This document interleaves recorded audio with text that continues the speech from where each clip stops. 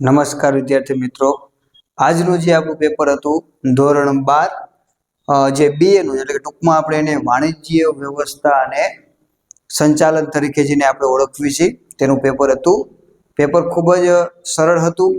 પાઠ્યપુસ્તકનો જેને વિશેષ ઉપયોગ કર્યો હશે તો એને સરળ લાગ્યું છે. પહેલો વિભાગ અને બીજો વિભાગ આમ તો મોટાભાગના પ્રશ્નો એમને પાઠ્યપુસ્તકના પ્રશ્નો એટલે કે સ્વાધ્યાયના પ્રશ્નો ઉપર વિશેષ ભાર મૂક્યો હોય તેવું આપણને જોવા મળેલું છે. તો આજે આપણે જે પેપર લેવાનું છે એ પેપરની આપણે ચર્ચા કરવાના છીએ વિદ્યાર્થી મિત્રો.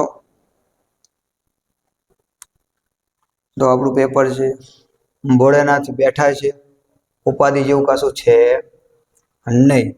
તો આપણું જે પેપર છે આજે આપણે જે સોલ્વ કરવાના છે ફેબ્રુઆરી 2026, વિષય કોડ છે 046, એટલે કે જેને આપણે ટૂંકમાં બીએ તરીકે ઓળખવી છે તે વિષયની આપણે વાત આજે કરવાના છે.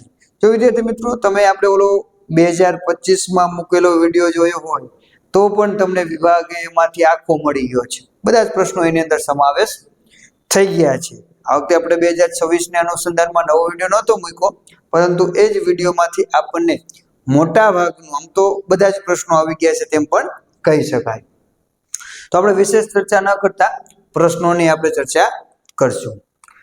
ઉચ્ચ સપાટી સંચાલનમાં કોનો સમાવેશ થાય છે? એટલે કે સમાવેશ થાય છે પૂછેલું છે. નિષ્ણાંતો, કામદારો, ખાતાવાર અધિકારીઓ કે બોર્ડ ઓફ ડિરેક્ટરો.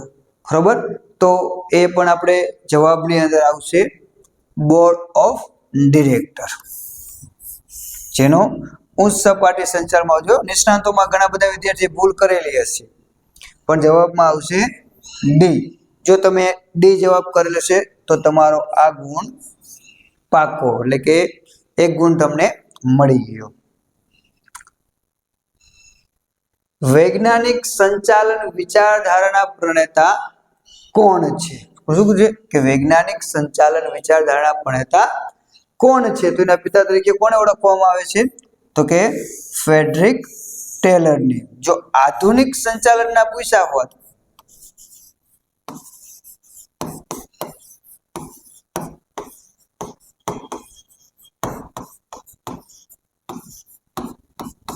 પિતા કો તો ભલે અથવા તો પ્રણેતા કો તો પણ ભલે. જો યાદ રાખજો, ખબર આપણે તો આ પેપર જતું રહ્યું છે, પણ ભવિષ્યમાં કોઈ વિદ્યાર્થી ફરીવાર તમારા જેવો કોઈ 12માં આવશે જોશે તો એના માટે પણ ઉપયોગી થઈ શકે. એટલે પીટર એફ ડેકર જે છે એ આધુનિક સંચારના પિતા છે, અને વૈજ્ઞાનિક સંચારના પિતા જે છે એને આપણે ફ્રેડરિક ટેલર તરીકે ઓળખવી છે. ત્યારબાદ નીચેનામાંથી આયોજનનું ઘટક કયું છે? તો 3 ગુણની અંદર આયોજનના ઘટકોનો પ્રશ્ન જો તમને એના મુદ્દા યાદ હોય તો આનો જવાબ મળી જાય. બરોબર, સતત પ્રક્રિયા નથી. અંકુશ એ આયોજનનું ઘટક નથી, એ સંચાલન સાથે સંકળાયેલું છે, તો એ પણ નથી. તો દોરવણી પણ ન હોય, કારણ કે અંકુશ નથી તો દોરવણી પણ હોય નહીં. તો વધુ શું? નિયમો. તો આપણો જવાબ કયો બનશે? નિયમો. આમાં જો નિયમો લખ્યું છે તો તમારો ગુણ એક સાચો છે. નીચેનામાંથી કયા વ્યવસ્થા તંત્રમાં વિભાગ કરતા કાર્યને વધુ મહત્વ આપવામાં આવે છે? એટલે કે શું કીધું છે કે વિભાગ કરતા કાર્યને વધારે મહત્વ. જો વિભાગને વધુ મહત્વ હોત તો આપણે એને શું કહેત? રેખિક. જો વિભાગને વધુ મહત્વ આપ્યું હોત, પણ આપણે શું પૂછેલું છે? કાર્યને. તો એનું નામ જ છે કાર્ય, તો એનો જવાબ પણ શું આવશે? કાર્યાનુસાર વ્યવસ્થા તંત્ર.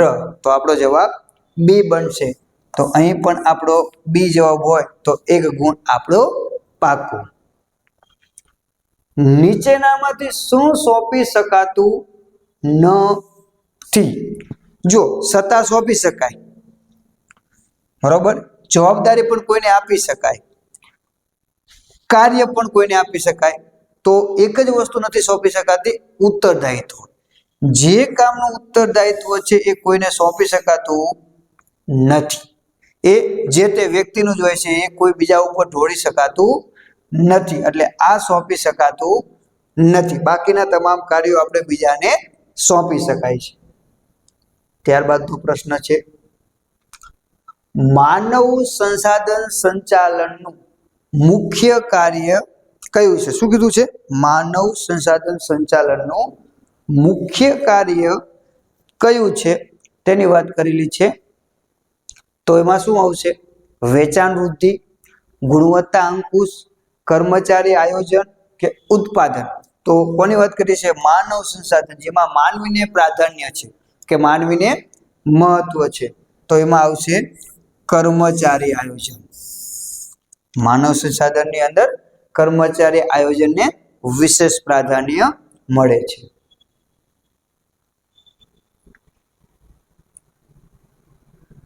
બિન સંચાલકીય કર્મચારીની પસંદગીની પ્રક્રિયા કે જો આ શબ્દ આપેલો છે બિન, મેં તમને એ વિડીયોમાં કીધું છે બિન સંચાલન પૂછે છે કે ખાલી સંચાલકીય પૂછે છે? સંચાલકીય, બરોબર. જો બિન સંચાલકીય પૂછવું છે એટલે કે જેની અંદર બહુ મગજનું કામ નથી, વિચારવાનું કામ નથી, બરોબર. તો એવા વ્યક્તિઓની જ્યારે ભરતી કરવાનું કામ છે એટલે કે પસંદગીની પ્રક્રિયાનું કામ છે કેવું હોય છે? તો કે ટૂંકી અને સરળ છે. અને જેમ ક્લાસ કે ક્લાસ 1 અધિકારી, ક્લાસ 2 અધિકારી, ક્લાસ 3 અધિકારી અને વર્ગ 4 ના અધિકારી, તો આ બધાની પરીક્ષાનું લેવલ જુદું છે. ડ્રાઈવરની પરીક્ષા, બસના એસટીના ડ્રાઈવરની પરીક્ષા જુદી છે, કંડક્ટરની પરીક્ષા જુદી છે, અને કોઈ આઈએસઆઈ અધિકારી છે તો એની પરીક્ષા પણ જુદી છે. તો એનો મતલબ જેમ લેવલ વધારે એમ પ્રક્રિયા લાંબી અને વિશિષ્ટ હોય, અને જેમ લેવલ નીચું એમ ટૂંકી અને સરળ છે. તો બિન સંચાલકીયમાં આવશે ટૂંકી અને સરળ. તો આ જવાબ છે તમે તો સાચો છે. માસ્લોની જરૂરિયાતોનો અગ્રતાક્રમ અનુસાર પહેલી જરૂરિયાતો કઈ છે? જો આ પ્રકારની આકૃતિ છે એમાં આ જો લેતા એ પહેલી નથી, અહીંથી શરૂ થાય. આ પહેલી, આ બીજી, આ ત્રીજી, આ ચોથી અને આ પાંચમી, એમ નીચેથી તબક્કા ચડવાના છે. તો અહીંયા આપણે આવે શારીરિક. તો પ્રથમ જરૂરિયાતો કઈ થઈ? શારીરિક જરૂરિયાતો, બરોબર. એ પણ ધ્યાનમાં લેવાનું. ઘણા બધા વિદ્યાર્થીઓ ઉપરથી ચાલતા હોય, ઉપર ટોચ ઉપર આ હતી તો એ છે, તો એ ન હોય, બરોબર. તો આ પણ જો તમે શારીરિક જરૂરિયાતો લખી છે તો એ સાચો ગુણ છે.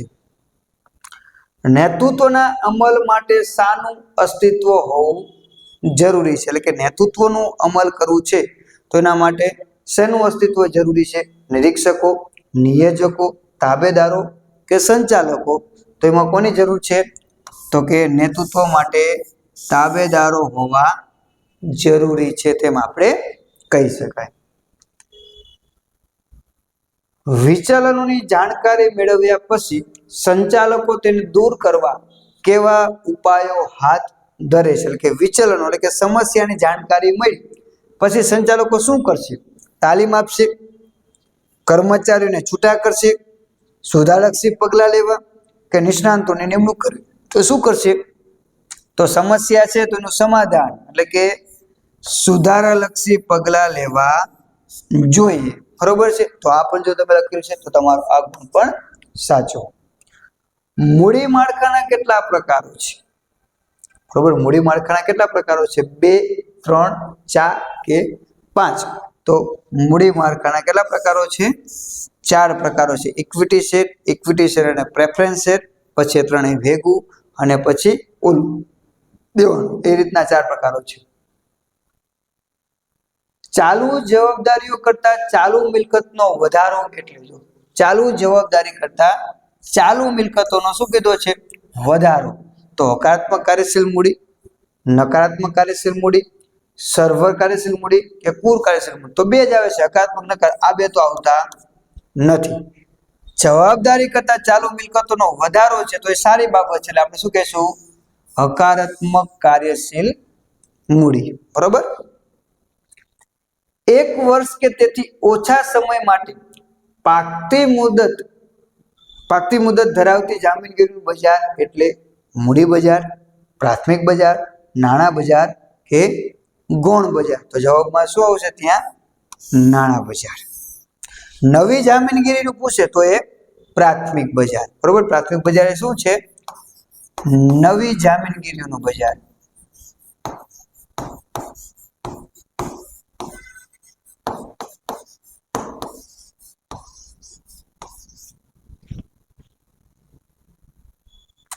સેબી કયા કાયદાથી અસ્તિત્વમાં આવી છે? કંપની ધારા, જામીનગીરી કરાર કે નિયમન ધારો, નેશનલ કંપની ધારો કે security and exchange board of India? SEBI act, તો આમાં જ ખબર પડી જાય કે કયા છે જવાબમાં ડી, સેબી એક્ટ થી એ અસ્તિત્વમાં આવી છે. તો આ જવાબ છે, તો આપણો ગુણ સાચો. જ્યારે ઉત્પાદકને સીધું વેચાણ કરતો હોય ત્યારે કેટલી સપાટી વિતરણ વ્યવસ્થા ઊભી થઈ છે તેમ કહેવાય? શું કીધું છે કે એક બાજુ ઉત્પાદક છે અને સીધું કોને વેચાણ કરે છે? ગ્રાહકને. તો વચ્ચે કોઈ છે? મધ્યસ્થી કોઈ છે નહીં, એટલે આપણે એને શું કહેશું? શૂન્ય સપાટી. તો છે જવાબ શૂન્ય સપાટી. એક મધ્યસ્થી છે તો એક સપાટી, બે મધ્યસ્થી છે તો બે, અને ત્રણ છે તો ત્રણ, પણ આમાં તો કોઈ છે નહીં. ઉત્પાદકથી સીધું કોને મળે છે? ગ્રાહકને. વચ્ચે કોઈ છે નહીં, એટલે એને આપણે કહીશું શૂન્ય. તો શૂન્ય છે, તો તમારો જવાબ સાચો. વધુ પડતા જાહેરાત ખર્ચને કારણે શું થાય? એટલે કે વધુ પડતી જાહેરાત કરવામાં આવે તો શું થાય? પેદાશની કિંમતમાં વધારો થાય, પેદાશ વધુ આકર્ષક બને, પેદાશ વધુ ગુણવત્તાવાળી બને, કે પેદાશ બધે જ પ્રાપ્ય થાય છે? તો પેદાશની કિંમતમાં શું થાય છે? વધારો થાય છે, જો વધુ પડતી જાહેરાત કરવામાં આવે તો. તો આ છે જવાબ, તો આપણો એક ગુણ પાકો. ગ્રાહક સુરક્ષા કાયદો કયા વર્ષમાં પસાર કરવામાં આવ્યો? તો નામ જ એવું છે, ગ્રાહક સુરક્ષા કાયદો 1986. તો 1986 કેટલામો છે? સી. તો આપણો જવાબ આ પણ સાચો. નીચેના વિકલ્પો પૈકી કોનો સમાવેશ ગ્રાહક સુરક્ષાની કાયદા મુજબ તકરાર નિવારણ સંસ્થામાં થતો નથી? મતલબ ત્રણનો થાય છે. જિલ્લા કક્ષાનું ફોરમ છે, રાજ્ય કક્ષાનું ફોરમ છે, રાષ્ટ્રીય કક્ષાનું છે. લોક અદાલત આમાં આવતું નથી, બરોબર? એટલે જિલ્લા કક્ષાનું ફોરમ, રાજ્ય કક્ષાનું આયોગ અને રાષ્ટ્રીય કક્ષાનો આયોગ છે. કોની વાત કરી છે? ગ્રાહક સુરક્ષા કાયદા મુજબ તકરાર નિવારણ સંસ્થાઓમાં, બરોબર? કઈ ગ્રાહક સુરક્ષાની સંસ્થાની સ્થાપના અમદાવાદ સાથે સંકળાયેલી છે? Consumer education society and research centre, consumer guidance society of India, consumer unity and trust society, કે voluntary organisation in interest of consumer education? તો આ તો તમારે યાદ જ રાખવું પડે કોનું ક્યાં નામ છે. તો આમાં આપણો જવાબ બને છે એ. બરાબર? એ દરેક 11મા ચેપ્ટરની અંદર આપેલા છે. એ તમને ખાસ વારંવાર આપણે કીધું છે કે આવું એકાદું પ્રશ્ન પૂછાતો હોય છે. ટ્રેડમાર્ક ધારો કયા વર્ષમાં અસ્તિત્વમાં આવે છે? તો આમાં ઘણા બધા પ્રકાશનમાં ખોટો છે, પણ આપણા બુક પ્રમાણે જવાબ આવશે 1999. બરોબર? ક્યાંક ઘણા બધા પ્રકાશનોમાં અને જૂના પાઠ્યપુસ્તકમાં થોડોક તફાવત છે, પણ અત્યારે આપણો જવાબ આ છે. તો આપેલો છે, તો આપણો જવાબ સાચો. તો વિદ્યાર્થી મિત્રો, તમે જણાવો કે તમારે વિભાગ એ ની અંદર કેટલા વિકલ્પો સાચા પડ્યા? બરોબર છે, મોટા ભાગના વિકલ્પો સાચા જ પડ્યા છે, કારણ કે પાઠ્યપુસ્તક આધારિત છે. અને આપણો વિડીયો જોયો હશે તો પણ એને ફાયદો થયો હશે, અથવા તો તમે જાતે મહેનત કરી છે તો એનો પણ ખૂબ જ મોટો ફાયદો તમને થયો હશે. તો તમે જણાવી શકો છો કે તમને કેટલા વિકલ્પો સાચા પડ્યા. હવે આપણે વિદ્યાર્થી મિત્રો વિભાગ 2 તરફ આપણે જતા રહીશું. તો વિભાગ 2 ની અંદર આપણે જો ચર્ચા કરવા જઈએ તો 1 ગુણના પ્રશ્નો હતા. તો મધ્ય સપાટી સંચાલન બીજા કયા નામથી ઓળખાય છે? તો એને ટૂંકમાં આપણે કહી શકાય અધિકારીની સપાટી.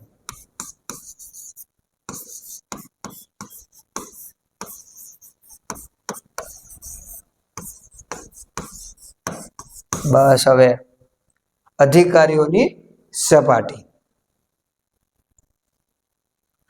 અંદાજપત્રના પ્રકારો જણાવો. તો એમાં ઘણા બધા અંદાજપત્ર છે, આપણે જોઈ શકાય છે. મૂડી ખર્ચ અંદાજપત્ર,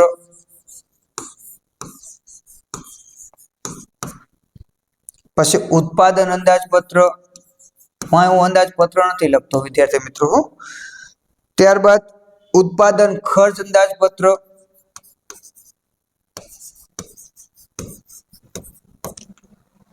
ત્યારબાદ વેચાણ અંદાજપત્ર,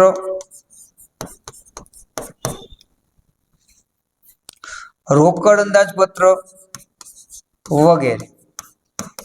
બરોબર, એમાંથી 2 લખાશો તો પણ તમને એક ગુણ મળી જશે. બરોબર, બે નામ લખાય છે મૂડી અંદાજ તો પણ તમને એક ગુણ મળવા પાત્ર રહેશે. ત્યારબાદ છે વ્યવસ્થા તંત્ર એટલે શું? તો સમાન ધ્યેય સિદ્ધ કરવા માટે, સમાન ધ્યેય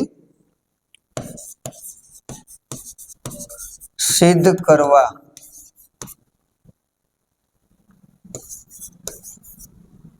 પ્રવૃત્ત થયેલ વ્યક્તિઓ વચ્ચે સત્તા અને જવાબદારીની વહેંચણી કરતું માળખું એટલે વ્યવસ્થા તંત્ર. બરોબર. ત્યારબાદ ઉત્તરદાયિત્વ એટલે શું એવો પ્રશ્ન છે, તો એમાં પણ આપણે લખશું કે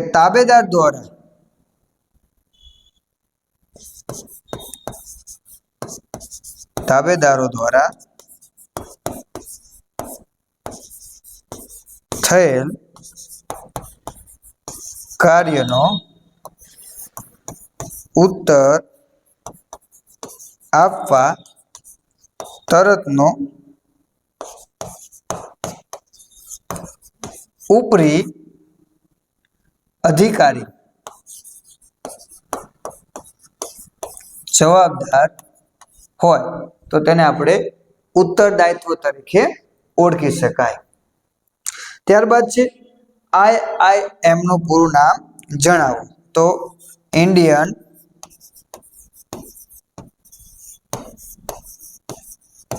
ઇન્સ્ટિટ્યૂટ મેનેજમેન્ટ, એનું પૂરું નામ છે. તમે ગુજરાતી અંગ્રેજીમાં કોઈ પણ લખી શકો છો. ત્યારબાદ છે 26મો આધુનિક માહિતી સંચારના કોઈ પણ 2 સાધનો જણાવો. તો એમાં ઘણા બધા ઓપ્શન છે, એમાંથી તમે 2 લખવાના છે. ટેલિફોન છે, SMS છે, ઇન્ટરનેટ છે, મોબાઈલ ફોન છે. એમાંથી કોઈ પણ તમે 2 લખેલા હશે તો પણ તમને એનો 1 ગુણ મળવા પાત્ર રહેશે. વિદેશી રોકાણ સંસ્થાઓ કોની સમક્ષ તેની નોંધણી કરાવવી પડે છે? તો જવાબમાં શું આવશે? સેબી. જેની સેબી સમક્ષ નોંધણી કરાવવી પડે છે. ડિપોઝિટરી કાયદો ક્યારે અમલમાં આવ્યો? તો ઓગસ્ટ 1996. જો કદાચ તમે 1996 લખ્યો છે તો પણ તમને 1 ગુણ મળવા પાત્ર રહેશે. એવું જરૂરી નથી કે ઓગસ્ટ આપણે લખેલો હોવો જોઈએ. ત્યારબાદ છે વેચાણ વૃદ્ધિ એટલે શું? તો ટૂંકા ગાળાના એવા લાભો જે ગ્રાહકોને માલ કે સેવાની ખરીદી કરવા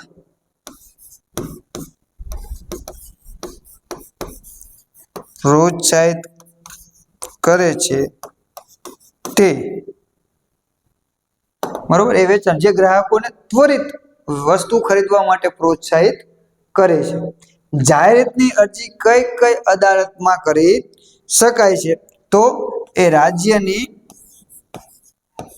વડી અદાલત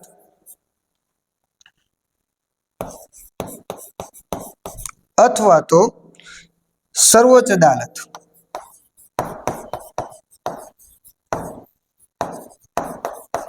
ટૂંકમાં હાઈકોર્ટ અને સુપ્રીમ કોર્ટ બંનેમાં તમે અરજી કરી શકો. જો તમે હાઈકોર્ટ અને સુપ્રીમ કોર્ટ લખેલું છે તો પણ તમારો જવાબ સાચો પડશે. અને રાજ્યની વડી અદાલત અને સર્વોચ્ચ અદાલત લખેલું છે તો પણ તમારો પ્રશ્ન સાચો પડશે. તો વિભાગ બી ની અંદર તમારે કેટલા ગુણનું સાચું પડ્યું છે એ પણ તમે જણાવી શકો છો. ત્યારબાદ વિભાગ સી પણ આપણે જોઈ લઈશું, જેમાં આપણને 31 થી 47 પ્રશ્નો પૂછ્યા છે. 17 પ્રશ્નો છે, એમાંથી તમારે 13 પ્રશ્નોના સાચા જવાબ આપવાના હતા. તો પ્રશ્ન છે, સંચાલનની ઉચ્ચ સપાટીએ થતા કોઈ પણ 4 કાર્યો, ઉચ્ચ સપાટીના 4 કાર્યો લખવાના હતા. સંચાલનના સિદ્ધાંતો પરિવર્તનશીલ છે, સમજાવો. કાર્યકારી યોજના સમજાવો. ભરતી એટલે શું? બૌદ્ધિક કસોટી અને અભિરુચિ કસોટી દ્વારા શું જાણી શકાય છે? બૌદ્ધિક કસોટી અને અભિરુચિ કસોટી. અભિપ્રેરણ એટલે શું? જો એની ખાલી માત્ર અર્થ જ છે, વ્યાખ્યા જ છે, એટલું જ લખવાનું છે, તો 2 ગુણ છે. અંકુશ કઈ રીતે આંતરિક પ્રક્રિયા ગણાય? અંકુશના મહત્વ બાબતે કોઈ પણ 4 મુદ્દા લખો. અને ઉત્પાદન ચક્ર એટલે શું? ત્યારબાદ નાણાં બજારના સાધનો કયા કયા છે? લેબલિંગના કોઈ પણ 4 ઉપાયો જણાવો. સારા વેચાણકર્તાની કોઈ પણ 2 લાક્ષણિકતા જણાવો. બ્રાન્ડિંગની કોઈ પણ 2 લાક્ષણિકતાઓ. જો 2 જ પૂછી છે, આમાં 2 લખશો તો તમને 2 ગુણ મળશે. 1 લાક્ષણિકતાનો 1 ગુણ, 2 લાક્ષણિકતાના 2 ગુણ. નીચેની સંજ્ઞાઓના વિસ્તૃત રૂપ આપો, એટલે કે બંનેના પૂરા નામ આપો. એક આનું પૂરું નામ લખો એટલે તમને 2 ગુણ, અને આનું પૂરું નામ લખો એટલે 1 ગુણ, એટલે એમ 2 ના 2 ગુણ. ગ્રાહક શોષણ વિશે સમજૂતી આપો. ખાનગીકરણની નકારાત્મક અસરો જણાવો. અને ધંધા કે પર્યાવરણના સામાજિક પરિબળો વિશે જણાવો. તો આટલા વિભાગ સી માં હતા. તમને સારા પ્રશ્નો આવડ્યા છે. વિભાગ સી થોડોક અટપટોની પણ મધ્યમ કક્ષાનો છે તેમ કહી શકાય. વિભાગ ડી, જેમાં આપણને 48 થી 49 એટલે કે 12 પ્રશ્નો પૂછાયેલા છે, ને એમાંથી આપણે 8 પ્રશ્નોના જવાબ, એટલે કે કોઈ પણ 8 પ્રશ્નોના જવાબ આપવાના હતા. જેમાં સંચાલક વ્યવસાય છે, સમજાવવું. નાણાકીય સંચાલનના કાર્યો જણાવવું. ત્યારબાદ 2 બાબતો સમજાવવાની છે. સત્તા અને જવાબદારીનો સિદ્ધાંત, જે એમ કહી શકાય છે આપણે જે 14 સિદ્ધાંતો છે હેનરી ફ્રોયના, એમાંથી આપેલા છે. અને હુકમની એક વાક્યતાનો સિદ્ધાંત સમજાવો. આયોજનની 6 મર્યાદાઓ, આ તો તમે 5 ગુણમાં તૈયાર કર્યો હોય તો એ સમજાવો. અવૈધિક વ્યવસ્થા તંત્રના લક્ષણો જણાવો. ત્યારબાદ સામાન્ય વિદ્યાર્થીઓ માટે, એટલે કે તમારા માટે, શ્રેણિક વ્યવસ્થા તંત્રની આકૃતિ દોરો. અને જો કોઈ દ્રષ્ટિહીન વિદ્યાર્થીઓ છે તો એના માટે એની સમજૂતી હતી. માત્ર તમારે 3 ગુણમાં આકૃતિ દોરવાની છે. ખાલી આકૃતિ દોરી લેશે એટલે તમને 3 ગુણ મળી જશે. તમારે સમજૂતીની કોઈ જરૂર છે નહીં. ત્યારબાદ 54મો, ભરતીના આંતરિક પ્રાપ્તિ સ્થાનો સમજાવો. કોઈ પણ 3 છે, એટલે અહીંયા 3 પૂછેલા છે. આયોજન અને અંકુશ એક જ સિક્કાની 2 બાજુઓ છે, સમજાવો. નાણાકીય સંચાલનનો હેતુ સમજાવો. તો 2 પ્રકારના હેતુઓ છે. પ્રાથમિક બજાર સમજાવો અને તેની લાક્ષણિકતાઓ જણાવો. જાહેરાતની ભૂમિકાના કોઈ પણ 3 મુદ્દા સમજાવો. અને વૈશ્વિકરણની હકારાત્મક અસરો જણાવો. તો વિદ્યાર્થી મિત્રો, આ તો વિભાગ ડી ના પ્રશ્નો. મોટાભાગના પ્રશ્નો સ્વાધ્યાયના છે. જો તમે પાઠ્યપુસ્તકને વિશેષ પ્રાધાન્ય આપ્યું હોત તો વાંધો આવે નહીં. વિભાગ એ ની અંદર જો પાછું એમને આ પ્રશ્ન છે આપણી બ્લુ પ્રિન્ટમાં હતો નહીં, અને મેં તમને કીધું હતું કે એકાદો પ્રશ્ન એવો ટ્વિસ્ટ કરશે, બરોબર છે, કે જે ક્યાંક ને ક્યાંક આપણને બીજો પૂછે. તો મેં તમને કીધું હતું કે જો એ બ્લુ પ્રિન્ટ પ્રમાણે નહીં હોય તો પ્રથમ પ્રકરણનો, એટલે કે પહેલા પ્રકરણમાંથી પૂછાશે. તો આ જ છે, સંચાલન અથાપી તેની લાક્ષણિકતાઓ સમજાવો. આયોજનની વ્યાખ્યા આપી તેની પ્રક્રિયા સમજાવો. જો એની લાક્ષણિકતા એટલે એનું સ્વરૂપ, બરોબર, એમાં લખેલું છે. આયોજનની વ્યાખ્યા એટલે 1 ગુણ વ્યાખ્યાનો અને 4 ગુણ પ્રક્રિયાના, બરોબર. વ્યાખ્યા લખીએ છે તો જ 5 માંથી 5 મળશે. તફાવત આપો તાલીમ અને વિકાસના. ઓછામાં ઓછા 5 મુદ્દા લખેલા હોવા જોઈએ. માહિતી સંચારનો અર્થ, એટલે અર્થનો 1 ગુણ અને તેની લાક્ષણિકતા સમજાવો, 4 ગુણ. નાણાકીય પ્રોત્સાહનની સમજૂતી આપો, તો એમાં તમારે ઓછામાં ઓછા 5 મુદ્દા લખેલા હોવા જોઈએ. ગ્રાહક સુરક્ષા કાયદા મુજબ ગ્રાહકોના અધિકારો વર્ણવો. જે આપણા 6 અધિકારો આપેલા છે એ 6 લખવા ફરજિયાત છે. તો આ રીતે આપણું પેપર હતું. તમારું બધાનું પેપર સારું ગયું હશે એવી આપણે આશા રાખવી છે. હવે પાછી 2-3 દિવસની આપણે રજા છે, તો જે આપણું પેપર છે એના માટેની આપણે ફૂલ તૈયારી કરવી. સારું પેપર જાય એવી આપણે માં સરસ્વતીને પ્રાર્થના કરવી. અને આમાં તમારે કેટલા ગુણ આવશે એ કહેવાનું પાછું ભૂલાય નહીં. તો નેક્સ્ટ પેપર માટે best of luck, all the best. ખૂબ સારું પેપર લખો તેવી શુભકામના. અસ્તુ.